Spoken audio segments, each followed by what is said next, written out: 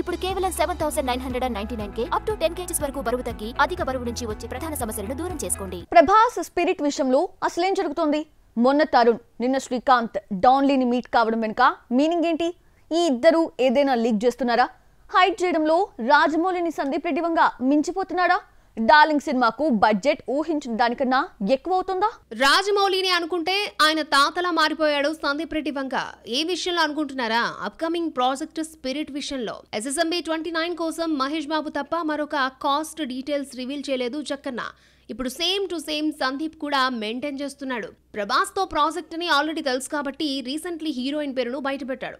అది కూడా దీపికాతో పేచీ లేకుంటే సందీప్ కూడా ఫీమేల్ లీడ్ హైడ్ చేసేవాడే. కానీ ఈగోను హర్ట్ చేయడంతో బాలీవుడ్ స్టార్ బ్యూటీకి రిటర్న్ గిఫ్ట్ ఇవ్వాలని తృప్తి పేరును అనౌన్స్ చేశాడు. సందీప్ వంగ లీక్ చేయకపోతే మేమే చేసుకుంటామంటున్నారు ఇందులోని స్టార్ కాస్ట్.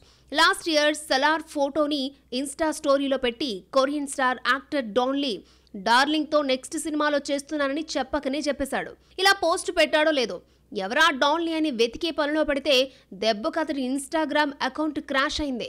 డార్లింగ్ ఫ్యాన్స్ అంటే ఎలా ఉంటారో డాన్లీకి తెలిసేలా చేశారు. ఇక సెప్టెంబర్ నుండి షూటింగ్ స్టార్ట్ కాబోతుందని నిర్మాతల్లో ఒకరు బయట పెట్టారు. డాన్లీ స్పిరిట్ లో ఉన్నాడో లేదో ఇప్పటి వరకు అఫీషియల్ కన్ఫర్మేషన్ అయితే లేదు. కానీ డార్లింగ్ ఫ్యాన్స్ అయితే ఈ కొరియన్ యాక్టర్ యాంటోగనిస్ట్ గా కనిపించబోతున్నాడని ఫిక్స్ అయ్యారు. ఇదిలా ఉంటే రీసెంట్లీ తరుణ్ అండ్ శ్రీకాంత్ డాన్లీతో దిగిన ఫోటోలు షేర్ చేయడంతో what happening going on spirit అన్న డౌట్ వస్తోంది. ఈ టాలీవుడ్ స్టార్స్ కొరియన్ స్టార్స్ తో కనిపించేసరికి ఏం ప్లాన్ చేస్తున్నావు సందీప్ రెడ్డి వంగ అంటూ క్వశ్చన్ చేస్తున్నారు. అలాగే స్పిరిట్ లో పవర్ఫుల్ పోలీస్ ఆఫీసర్ రోల్ కోసం మరింత ఫిట్ గా మారిన ప్రభాస్ నవంబర్ నుండి సెట్స్ లోకి స్టెప్ ఇన్ కాబోతున్నాడట. మొత్తం 9 భాషల్లో రిలీజ్ చేయబోతున్న ఈ సినిమాకు ఇప్పటి వరకు 500 కోట్లు అనుకుంటే మించిపోతుందన్న బజ్ నడుస్తుంది. మరి నిజంగానే సందీప్ ఏం ప్లాన్ చేసావయ్యా అని ఆడియన్స్ అడుగుతున్నారు.